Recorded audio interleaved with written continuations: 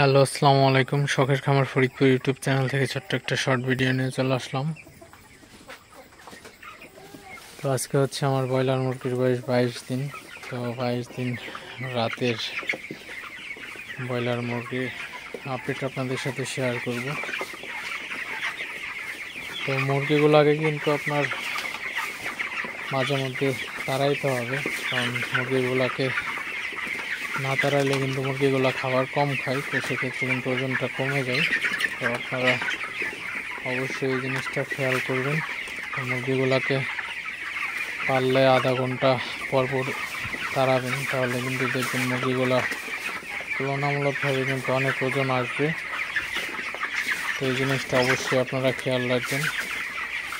মুরগিগুলোকে দিনের মধ্যে মিনিমাম প্রায় 8 থেকে 10 বার তাড়াই দিবেন, তাহলে মুরগিগুলো অনেক ভালো থাকবে, সুস্থ থাকবে এবং খাবারটাও ভালো খাবে এবং ওজনটা কিন্তু অনেক ভালো আসবে।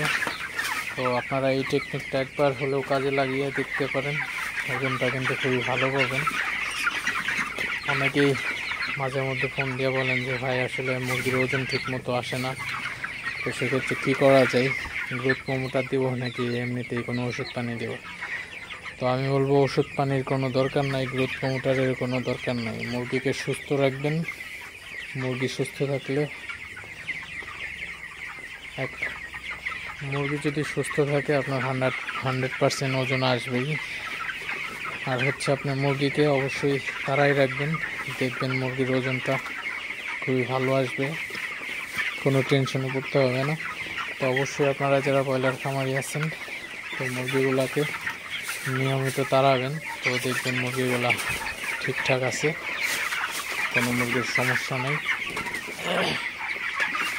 এটা কিন্তু আপনার ওজন বাড়ানোর একটা নিনজা টেকনিক বলতে পারেন, যে মুরগিগুলোকে তাড়াইলে ওজনটা বৃদ্ধি পাবে। তো আজকের আলোচনা এটুকুই। ভিডিওটি অবশ্যই শেয়ার করে দিবেন, লাইক করবেন, কমেন্ট করবেন এবং অবশ্যই চ্যানেলটি সাবস্ক্রাইব করে দিবেন। তো দেখা হবে কোনো নতুন ভিডিওতে নতুন কোনো তথ্য নিয়ে। সে পর্যন্ত সবাই ভালো থাকবেন, সুস্থ থাকবেন। আল্লাহ হাফিজ।